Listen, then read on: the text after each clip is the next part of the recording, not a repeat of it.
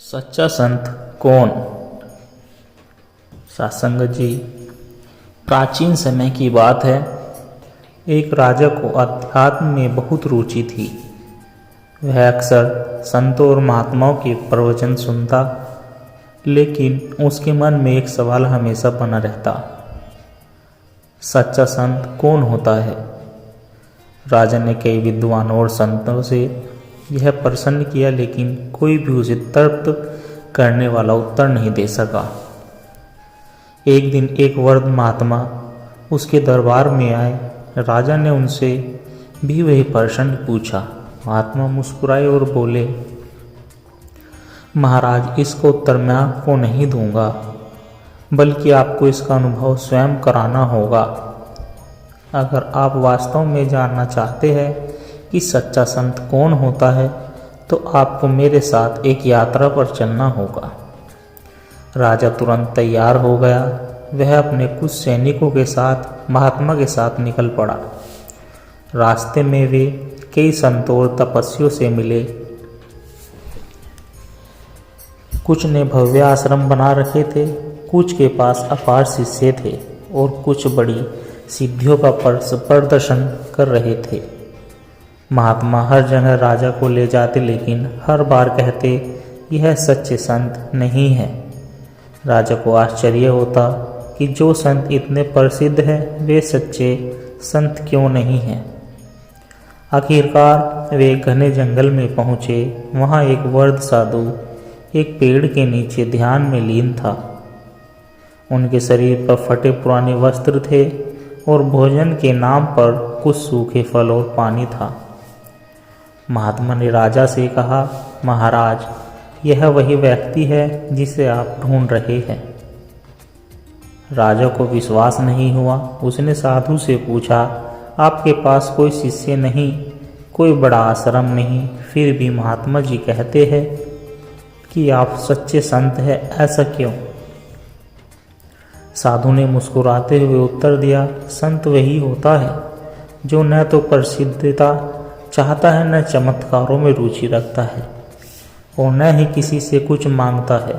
जो हर हाल में ईश्वर के प्रति समर्पित रहता है, वही सच्चा संत होता है। राजा की आंखें खुल गई। उसने समझ लिया कि सच्चा संत वह नहीं जो चमत्कार दिखलाए या प्रसिद्ध हो, बल्कि वह है जो निर्मल हृदय से भक्ति की ईश्वर की भक्ति करता है और किसी भी परिस्थिति में शांत और संतुष्ट रहता है। सच्चा संत वह नहीं जो भारी दिखावे में हो, बल्कि वह होता है जो भीतर से ईश्वर से जुड़ा हो। सच्ची भक्ति और सच्चा ज्ञान वही है जो अहंकार, मोह और इच्छाओं से परे हो। सच्ची भक्ति का रहस्य। प्राचीन समय की बात है। एक छोटे से गांव में माधव नाम का एक गरीब किसान रहता था। वह बहुत ईमानदार और मेहनती था, लेकिन सबसे बड़ी बात यह थी कि वह सच्चे हृदय से भगवान की भक्ति करता था। वह प्रतिदिन सूर्योदय से पहले उठकर गंगा स्नान करता, भगवान का भजन गाता और फिर अपने खेतों में काम करने चला जाता। गांव में एक बहुत प्रसिद्ध संत रहते थे, जिनका नाम स्वामी आनंद था। दूर दूर से लोग उनके सत्संग में भाग लेने आते थे। माधव भी सत्संग के प्रवचन सुनने जाता और बहुत श्रद्धा से उनका अनुसरण करता। एक दिन स्वामी आनंद ने अपने सभी शिष्यों को बुलाया और कहा, सच्ची भक्ति क्या है, यह जानने के लिए मैं तुम सबको एक परीक्षा देना चाहता हूँ। सभी शिष्य उत्सुक हो गए। संत ने कहा, तुम सबको एक दीपक दिया जाएगा। इस दीपक को लेकर पूरे दिन जलते रहना चाहिए, लेकिन शर्त यह है कि इस दौरान तुम्हें संसार की हर चीज़ों से अपनी नज़रें हटाकर केवल दीपक पर ध्यान देना होगा। सभी शिष्यों ने दीपक लिया और दिन भर उसे जलाए रखा। शाम को वे संत के पास वापस आए। संत ने पूछा, बताओ, आज के दिन में तुमने क्या अनुभव किया? पहले शिष्य ने कहा, गुरुदेव, मैंने पूरे दिन दीपक पर ध्यान रखा, लेकिन इस कारण मैं अपने काम नहीं कर सका। दूसरे शिष्य ने कहा, मेरा ध्यान दीपक पर ही था, इसलिए मैंने किसी से बात तक नहीं की। तीसरे शिष्य ने कहा, मैं दीपक को जलाए रखने में इतना व्यस्त था कि मैंने भोजन ही नहीं किया। अब संत ने माधव से पूछा, जो भीड़ में चुपचाप खड़ा था। माधव ने विनम्रता से उत्तर दिया, गुरुदेव, मैंने दीपक को जलते रहने दिया, लेकिन साथ ही अपने खेत में काम भी किया, लोगों की सहायता भी की और भगवान का स्मरण भी किया। संत मुस्कुराए और बोले, यही सच्ची भक्ति है। भक्ति का अर्थ यह नहीं कि तुम संसार छोड़ दो, बल्कि यह है कि तुम हर परिस्थिति में भगवान को याद रखो, उनके नाम का सुमिरन करो और अपने कर्तव्यों को भी निभाओ। सभी शिष्य माधव की भक्ति से प्रेरित हुए और समझ गए कि भक्ति का असली अर्थ केवल ध्यान लगाना नहीं, बल्कि हर कार्य को भगवान की सेवा समझकर करना है। सच्ची भक्ति वही है जिसमें हम अपने दैनिक कार्यों को ईश्वर का अर्पण मानकर करते हैं। केवल मंदिरों में जाकर पूजा करना ही भक्ति नहीं, बल्कि हर परिस्थिति में ईश्वर को याद रखना और अपने कर्तव्यों को निष्ठा से निभाना ही सच्ची भक्ति है। ईश्वर की सच्ची पहचान। प्राचीन समय की बात है, एक नगर में एक प्रसिद्ध संत रहते थे, जिनका नाम स्वामी संदानंद था। वे बड़े ज्ञानी थे और उनकी दूर दूर तक ख्याति थी। उनके पास रोज सैकड़ों लोग प्रवचन सुनने आते थे। एक दिन एक जिज्ञासु युवक उनके पास आया और बोला, गुरुदेव, मैं बचपन से भगवान की पूजा कर रहा हूँ, लेकिन मुझे अब तक ईश्वर के वास्तविक स्वरूप का अनुभव नहीं हुआ। कृपया मुझे बताइए, ईश्वर कौन है और वे कैसे मिल सकते हैं। स्वामी संदानंद मुस्कुराए और बोले, वत्स, इस प्रश्न का उत्तर मैं तुम्हें दूंगा, लेकिन पहले तुम्हें एक कार्य करना होगा। युवक बोला, आज्ञा दे गुरुदेव। स्वामी जी ने उसे एक दीपक दिया और कहा, इस दीपक को लेकर पूरे नगर का चक्कर लगाओ, लेकिन ध्यान रहे दीपक की लौ बुझनी नहीं चाहिए। अगर लौ बुझ गई तो तुम्हारी परीक्षा असफल मानी जाएगी। युवक दीपक लेकर नगर की ओर निकल पड़ा। रास्ते में बहुत भीड़ थी। कई जगह लोग आपस में झगड़ रहे थे, कहीं बाजार में शोरगुल था तो कहीं उत्सव मनाया जा रहा था। लेकिन युवक का ध्यान सिर्फ दीपक पर था। उसने बड़ी सावधानी से दीपक को सुरक्षित रखते हुए पूरा नगर भ्रमण किया और अंततः संत के पास पहुंचा। स्वामी संदानंद ने पूछा, वत्स, क्या तुमने नगर का भ्रमण किया? युवक ने उत्तर दिया, हाँ गुरुदेव, मैंने पूरे नगर का चक्कर लगाया।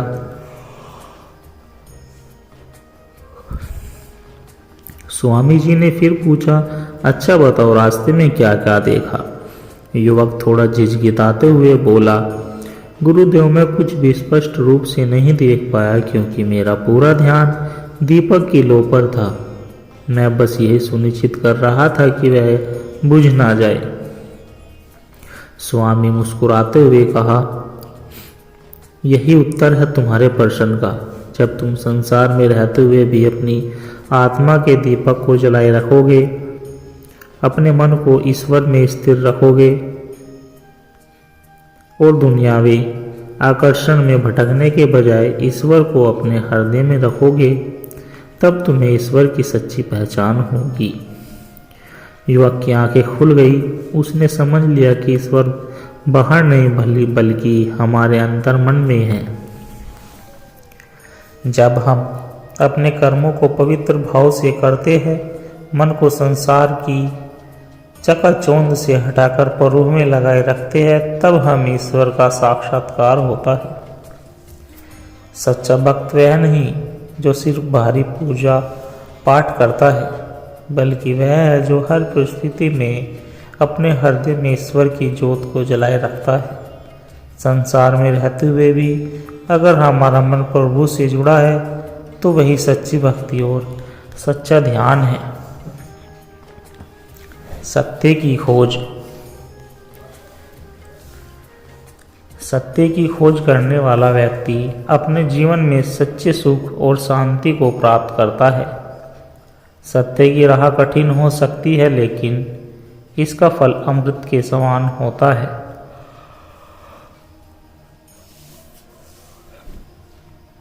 संतोषी सबसे बड़ा धन है। मनुष्य संसार के सुखों के पीछे भागता है, लेकिन असली सुख भीतर की शांति में है। संतोष ही वास्तविक संपत्ति है जो हमें आत्म सुख की अनुभूति कराती है। सच्ची भक्ति। भक्ति केवल पूजा पाठ तक सीमित नहीं है। यह एक अनुभूति है जो मनुष्य के मन और आत्मा को प्रभु से जोड़ती है। प्रेम, सेवा, करुणा और निस्वार्थता भक्ति के मुख्य उद्देश्य है। अहंकार का त्याग। अहंकार मनुष्य को अपने वास्तविक स्वरूप से दूर ले जाता है। जैसे पानी में सूर्य का प्रतिबिंब स्पष्ट दिखाई नहीं देता जब जल शांत होता है, वैसे ही अहंकार मुक्त मन में परमात्मा का दर्शन संभव है। कर्म और भाग्य।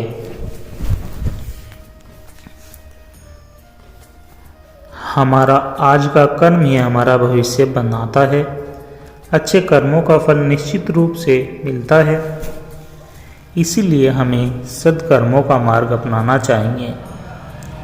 प्रेम और करुणा। प्रेम ही सृष्टि का आधार है।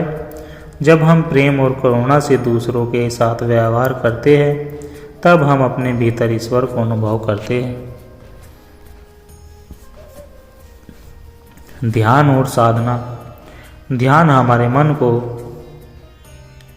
एकाग्र करता है और हमें आंतरिक शक्ति प्रदान करता है। नियमित साधना से आत्मा की शुद्धि होती है और हम आत्मिक रूप से विकसित होते हैं। सत्संग का महत्व। सत्संग का अर्थ केवल साधुओं और संतों के साथ बैठना नहीं, बल्कि अच्छे विचारों और सत्कर्मों में लीन रहना भी है। सत्संग से आत्मा को शुद्धि मिलती है और जीवन में सकारात्मक ऊर्जा आती है। मोह माया से मुक्ति। यह संसार नश्वर है और जो कुछ भी हमारे पास है वह केवल कुछ समय के लिए है। इसलिए हमें मोह और माया में उलझने के बजाय ईश्वर की भक्ति और सत्य के मार्ग पर चलना चाहिए। भगवान में विश्वास। जो भी होता है वह ईश्वर की इच्छा से होता है। हमें अपने जीवन में आने वाली हर परिस्थिति को ईश्वर की कृपा मानकर स्वीकार करना चाहिए और आगे बढ़ना चाहिए। सत्संग के ये विचार हमें जीवन की सच्चाई का बोध कराते हैं और हमें आत्मिक शांति की ओर ले जाते हैं। सच्ची सफलता का रहस्य। गांव में एक किसान था जिसका नाम रामलाल था। वह मेहनती था, लेकिन उसके खेतों में उपज उतनी अच्छी नहीं होती थी जितनी उसके पड़ोसी के खेत में होती थी। वह हमेशा सोचता, मैं भी दिन रात मेहनत करता हूँ, फिर भी मेरे खेत में फसल अच्छी क्यों नहीं होती। एक दिन वह अपने गांव में सबसे बुद्धिमान व्यक्ति महात्मा जी के पास गया। अपनी परेशानी बताई। महात्मा जी ने मुस्कुराते हुए कहा, बेटा, सफलता केवल मेहनत से नहीं मिलती, सही दिशा में मेहनत करने से मिलती है। तुम्हें अपने तरीके में बदलाव लाने होगा। रामलाल ने विनम्रता से पूछा, महात्मा जी, मैं क्या कर सकता हूँ? महात्मा जी ने उसे कुछ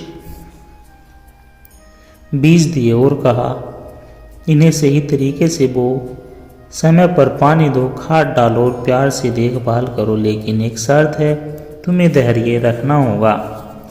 रामलाल ने महात्मा की बात मानी। उसने सावधानी पूर्वक बीज बोए। उनकी देखभाल की और ध्यानपूर्वक प्रतीक्षा की। पहले कुछ हफ्तों तक कुछ खास बदलाव नहीं दिखा, लेकिन धीरे धीरे उसके खेत में हरी भरी फसल उगने लगी। रामलाल बहुत खुश हुआ, लेकिन उसे समझ नहीं आया कि ऐसा कैसे हुआ।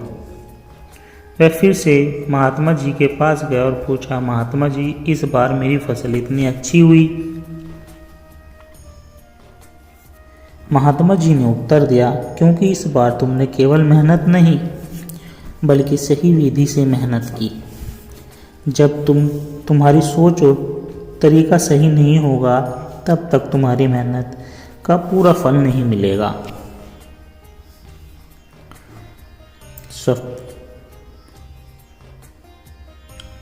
सफलता केवल कड़ी मेहनत से नहीं मिलती, बल्कि सही दिशा, सही योजना और धैर्य के साथ किए गए प्रयासों से मिलती है। हमें सिर्फ भाग्य पर भरोसा करके बैठने के बजाय सही दिशा में मेहनत करनी चाहिए और सफलतापूर्वक और ध्यानपूर्वक इंतजार करना चाहिए। जीवन का वास्तविक उद्देश्य मनुष्य इस संसार में केवल संपत्ति और भौतिक सुखों को पाने के लिए नहीं है। उसका असली उद्देश्य आत्मिक शांति और परम सत्य की खोज करना है। जीवन को सही दिशा देने के लिए यह आवश्यक है कि हम अपने मन, वचन और कर्म को पवित्र रखें और आत्मा की उन्नति के मार्ग पर बढ़ें। भक्ति केवल मंदिरों, मस्जिदों या चर्च में जाने से नहीं होती। यह हृदय की एक गहरी भावना होती है जो हमें अपने हर कर्म कार्य में ईश्वर की उपस्थिति का अनुभव कराती है। जब हम हर जीव में परमात्मा को देखते हैं, तब हमारी भक्ति सच्ची बनती है। कई लोग सोचते हैं कि भाग्य पहले से लिखा होता है, लेकिन सच यह है कि हमारा आज का कर्म ही हमारा भविष्य बनाता है। यदि हम अच्छे कर्म करें तो निश्चित ही हमारा भविष्य उज्जवल होगा। इसलिए हमेशा प्रेम, दया और सत्य के मार्ग पर चले। आज के समय में हर व्यक्ति जल्दबाजी में है। उसे हर चीज़ तुरंत चाहिए, लेकिन सफलता और आत्मिक शांति धीरे धीरे मिलती है। हमें धैर्य और संतोष रखना चाहिए, क्योंकि जल भी धीरे धीरे बहकर सागर तक पहुंचता है। अहंकार वह दीवार है जो मनुष्य को ईश्वर से और सच्चे आनंद से दूर कर देती है। जो व्यक्ति अपने ज्ञान, धन या पद का अहंकार करता है, वह धीरे धीरे अपने ही बनाए जाल में फंस जाता है। सच्चा ज्ञानी वही है जो विनम्रता और प्रेम से भरा हो। संसार की दौड़ में हर कोई सुख की तलाश कर रहा है, लेकिन सच्चा सुख बाहर नहीं, भीतर है। यह केवल आत्मा की शुद्धि और संतोष से प्राप्त होता है। हमें अपनी इच्छाओं को नियंत्रित करना सीखना चाहिए।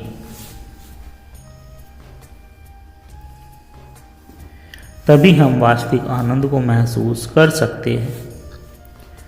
जिस तरह दीपक पूरे कमरे को रोशन कर देता है, वैसे ही सत्संग हमारे जीवन और